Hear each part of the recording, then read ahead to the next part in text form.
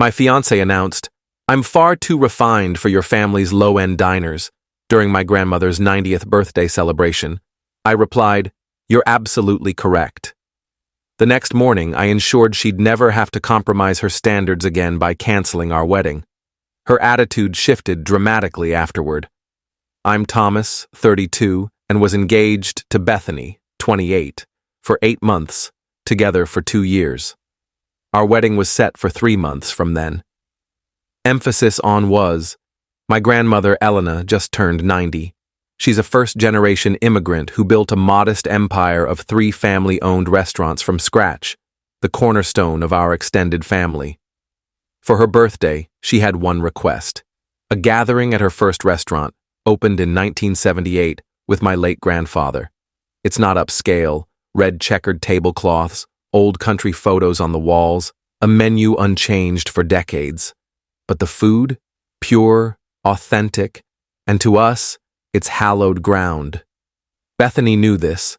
I'd shared the stories countless times, how my grandparents scraped by for years to open it, how my mom practically grew up in its kitchen, how every major family milestone happened at table 12. At the party, Bethany arrived late, decked out in designer clothes, fresh from a salon, looking ready for a high society event. "This is the place?" she said, eyeing the restaurant. "I thought we were going to the fancy one downtown." "This is the fancy one. It's the original." She grimaced, but walked in. My entire family was there, cousins from 3 states, my uncle Antonio, who hadn't visited in years. Everyone. Grandma Elena beamed when she saw us. "My treasure," she said, mixing languages in her joy. Bethany gave her an air kiss, no hug, to my 90-year-old grandmother. We sat at the long family table. The food arrived: Grandma's legendary meatballs, award-winning lasagna, fresh bread from the bakery next door, a partner since 1982. Bethany pushed her plate aside. "Not eating?" my Aunt Rosa asked. "I'm on a detox. This is all so heavy, strike one." Then my cousin's son, little Tony, age 5, accidentally spilled his juice, splashing Bethany's designer handbag. "Are you serious?" she shrieked. "This bag cost $3,000. Who lets a kid run loose like this?"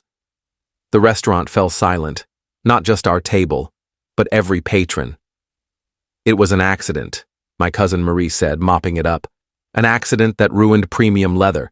This is why I said we should have gone to a proper restaurant, not somewhere with unruly kids." My grandmother's face, I'll never forget it. She looked crushed. Strike 2. But Bethany kept going. "Honestly, Thomas," she said loudly for all to hear, "I'm far too refined for your family's low-end diners. This place hasn't been updated since the 70s. The food's practically peasant fare, and don't even get me started on the customers." She waved at the other diners, regular folks, families, couples, the heart of our community for 45 years. "When we have kids, they're not eating here. I won't let them think this is acceptable dining." Strikes 3, 4, 5, and 6. I stood, calm but firm. "You're absolutely correct."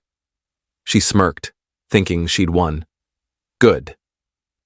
Let's go to that sushi spot." "No, I mean you're right. You're too refined for my family, our history, the woman who built everything, including the money for that ring on your finger." Her face fell. "Thomas, I didn't mean—" "Everyone heard what you meant."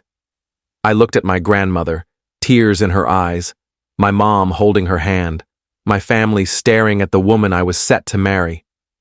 "Enjoy your sushi." Alone, I walked to my grandmother, kissed her forehead, and whispered, "She's gone tomorrow." I swear. Then I left, walking out of my grandmother's 90th birthday, the worst night of my life. Bethany didn't follow. My sister said she sat there for 5 minutes, then called an Uber. She texted me non-stop. "That was over the top. You humiliated me. We need to talk. You can't just abandon me there. Thomas, answer me." I ignored her. Instead, at 9 a.m. the next day, I called our wedding venue. "Hi, Thomas Reeves here. Cancel the Reeves-Morrison wedding for September 15th. Is everything okay? You'll lose your deposit. That's fine. Cancel it all. Then I called the florist, photographer, DJ, caterer, ironically, not my family's restaurant, as Bethany had demanded a high-end French place. I canceled everything. By noon, $8,000 in deposits were gone, worth every cent. Then I went to our apartment, my apartment where she'd moved in 6 months ago. I packed her things carefully. Every designer dress, every overpriced shoe, all jewelry except the engagement ring, which was mine to return. 23 boxes left in the lobby with a note. You were right. You deserve better than us. Good luck finding it. Then I changed the locks. Update 1. The fallout was wild. Bethany showed up at my workplace with her mother, Patricia, in full outrage mode. What have you done? Patricia yelled at reception. You canceled everything? Security was summoned. I went to the lobby. Thomas, Patricia said, switching to a syrupy tone. This must be a misunderstanding. Bethany mentioned a minor disagreement about dinner locations. She called my grandmother's life's work a low-end diner with peasant fare at her 90th birthday. Patricia flinched. Perhaps her words were poorly chosen. She said she was too refined for my family. She meant every word, so I'm letting her go find her match. Bethany started crying. Crocodile tears, no water. Baby, you're overreacting. It's just wedding stress. Wedding stress makes you insult the woman who raised me after my dad died? Oh, I forgot to mention, Grandma Elena practically raised me and my sister after our dad passed when I was 10. She's not just my grandmother, she's everything. I didn't know she raised you, Bethany said. 2 years together, and you didn't know? Patricia tried another angle. The wedding's in 3 months. People will gossip. Let them. The deposits are gone. Canceled yesterday. Bethany lost it, real tears now. You threw away $30,000. $8,000. And it wasn't thrown away. It was spent to avoid marrying someone who thinks she's above my family. Security escorted them out. Patricia shouted, You'll regret this. My daughter has better options. I hope she takes them, I called back. That night, the family group chat went off. My sister Lisa, Grandma's worried about you. My mom, I'm so proud. Uncle Antonio, thank God she was terrible. Cousin Marie, little Tony wants to know if the mean lady's gone for good. Me, yes, tell him she's gone. The best message was from my grandmother, dictated to my mom. My dear Thomas, you're worth more than all the fancy handbags in the world. Sunday dinner, table 12, don't be late. Table 12, where my grandfather proposed, where my parents announced their engagement, where every big family moment happens, where Bethany would never sit again. Update 2. Bethany's options didn't quite work out as Patricia predicted. She tried to revive the wedding herself, calling vendors to reinstate everything. But deposits don't come back, and rebooking? Costs had skyrocketed. The venue was suddenly 40% pricier. The florist had a rush fee. The photographer was booked. She needed about $45,000 to restart it all. Her solution? She told everyone I was financially controlling and stole her wedding. Problem is, everyone knew the truth. My cousin Marie's husband, a bartender at the country club where Bethany's friends hang out, overheard her spiel. Thomas got irrationally jealous and controlling. He canceled our wedding because I suggested trying new restaurants. A friend, didn't you call his grandmother's place cheap? Bethany, it was taken out of context. Another friend, in front of his whole family? At her 90th birthday? They're too sensitive. Her friends weren't convinced. The real karma came unexpectedly. Bethany worked as a luxury brand consultant, helping wealthy people buy overpriced goods. Her job relied on her image and network. But my grandmother, Elena, isn't just a restaurant owner. She's a local legend. 3 thriving locations, 45 years in business, connected to everyone in the food industry, including Richard Blackstone, who owns the luxury mall where Bethany's office was. Richard, a Thursday regular at Grandma's for 20 years, was at her 90th birthday. He heard it all. Monday, Bethany's boss called her in. "Bethany, we need to talk about client relations. My performance is stellar." Richard Blackstone called. "He's concerned about your alignment with our brand's values." "What?" "He said you publicly shamed Elena Rossi at her birthday, called her life's work cheap and peasant-like. That was a private family matter. In a public restaurant with 60 witnesses, including 3 of our clients. Those unacceptable customers Bethany mocked? They included 2 CEOs and a federal judge, all Grandma's regulars. Bethany wasn't fired outright, but was encouraged to explore other opportunities. She resigned 2 days later. Update 3. Bethany went into overdrive.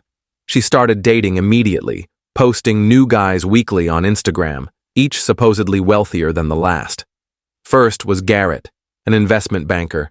Lasted 4 days until she demanded a $500 per plate dinner on their second date. He vanished. Next was Philippe, a European entrepreneur. Turned out he was a waiter at a French restaurant, faking his accent. She found out when she dropped by his office unannounced. But the third guy? Harrison Wellington III, legitimate old money heir, railroad fortune lineage. Bethany thought she'd struck gold, posting endlessly about finding someone on my level and attracting what you're worth.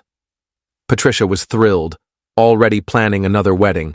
Small issue, Harrison's family does due diligence. His mother, Eleanor Wellington, old school elite with a private investigator on speed dial, dug into Bethany's past, the restaurant incident, the social media drama, the lost job. Eleanor didn't tell Harrison directly. Instead, she invited Bethany to tea. My sister Lisa, who knows Eleanor's assistant, got the full scoop. Eleanor served tea in antique china worth more than my car, then said, "I hear you're quite the culinary critic, something about peasant food." Bethany paled. That was, my dear. The Wellingtons have dined at Elena Rossi's for 40 years. My late husband swore by her meatballs, called them the state's finest. I didn't know. Clearly.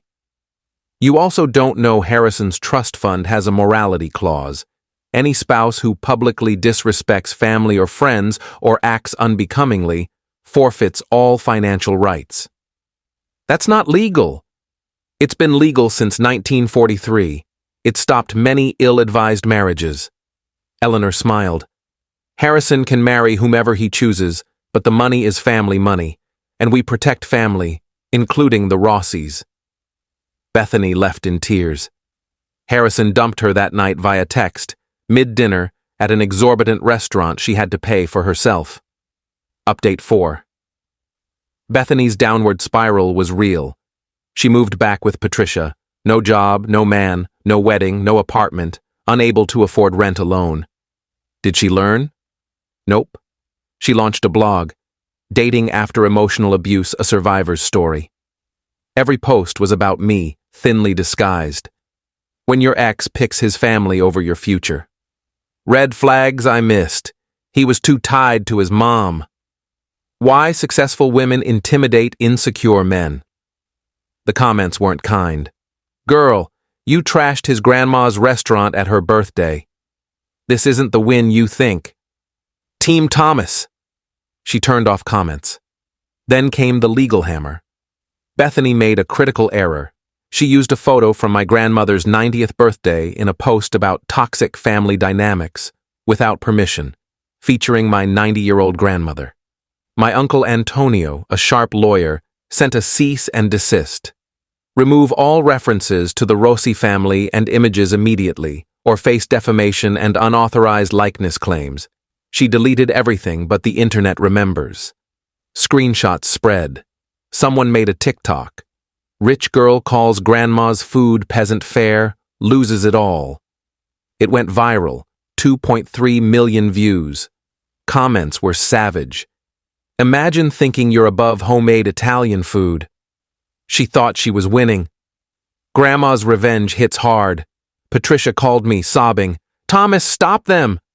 Bethany's ruined. "I'm not doing anything. She posted online. The internet responded, you could defend her." Defend her from the truth? She said those things publicly to my grandmother. She's suffering. So was my grandmother on her 90th birthday. Patricia hung up. Update 5. Plot twist. My grandmother hired Bethany. I'm serious. At Sunday dinner, Grandma dropped the news. I gave Bethany a job. I nearly choked on my meatball. What? She needs work. I need a dishwasher. Grandma, you don't have to. I'm 90. I do what I want. She's young and foolish. I was once too, but I learned. She might not take it. Grandma grinned. She already did. I was floored. She starts tomorrow. Minimum wage, no special treatment. She works, she eats, she learns humility, or she leaves. Why? Because, my dear, the best revenge isn't ruining someone. It's showing them what they lost every day. Grandma's a legend. Bethany showed up. Day 1, she wore designer gloves to wash dishes. They melted in the industrial soap. Day 2, she griped about the smell. The cook told her to deal or quit. Day 3, she cried in the walk-in freezer but kept working. Week 2, she ditched makeup. Pointless when you're sweating over a dish pit. Week 3, she ate the staff meal. Peasant food hits different when you're starving. Week 4, a regular Mrs. Chen, the federal judge, spotted her. Aren't you the girl who, oh my, Bethany kept scrubbing. Final update. Today was my grandmother's 91st birthday, held at her newest restaurant. Bigger party, same family, same table 12. I brought someone, Adriana, a school teacher I met at a bookstore. She drives a 10-year-old Honda, teared up meeting my grandmother, and said, "Your meatballs are amazing, Mrs. Rossi. Call me Grandma." Have seconds, Adriana had thirds. Mid-dinner, the kitchen staff sang, "Happy Birthday," bringing out a cake. Bethany carried it, still in her dishwasher apron, hair netted, no makeup, exhausted. She set it before my grandmother. Their eyes locked. "Happy birthday, Mrs. Rossi." "Thank you, dear." Bethany glanced at me, at Adriana, at the ring on Adriana's finger. "Yes, I proposed last week at table 12, with Grandma's blessing." She said nothing and returned to the kitchen. Later, Grandma pulled me aside. "She's quitting tomorrow." "Good. I'm giving her a reference." "What?" "She worked 3 months, never missed a shift, stopped complaining after week 1. She earned it. Grandma, she insulted you." "That girl's gone." "The one washing dishes is different. Not perfect, but different. Sometimes that's enough. You're too kind." "No, I'm kind enough." She learned this low-end diner feeds hundreds, employs 30, serves doctors, teachers, judges, and janitors, all equal at my tables, and that you can't wash dishes with a $3,000 handbag. We laughed. Bethany quit, landed a job at a mid-tier marketing firm, and is dating some guy named Roger, an accountant. No Instagram posts about it. Patricia cut contact with me, my family, the Wellingtons, and the Blackstones. Harrison Wellington III is engaged to a kindergarten teacher. His mother loves her. My family's restaurants are booming. The TikTok drew tons of new customers. Grandma hired more staff. Adriana and I are marrying next spring at the original restaurant, reception at table 12. The menu, peasant fare. The guests, unacceptable clientele. The venue, a low-end diner, unchanged since the 70s. The bride, someone who knows my grandmother's meatballs outshine every designer bag in the world. Bethany sent a card, just signed B, no message. Grandma framed it, hung it in the kitchen beside a photo from her 91st birthday. "To remember," she says, "that dignity isn't designer. It's dishes, work, respect, and knowing no one's above honest food made with love." My grandmother, 91, 5 feet tall, is the fiercest person I know, and I'm proud to be her grandson, even if our restaurants are low-end and our food is for peasants. P.S. Yes, the restaurants are real. No, I won't say where. Grandma doesn't need the drama, just her family, her tables, and her dignity.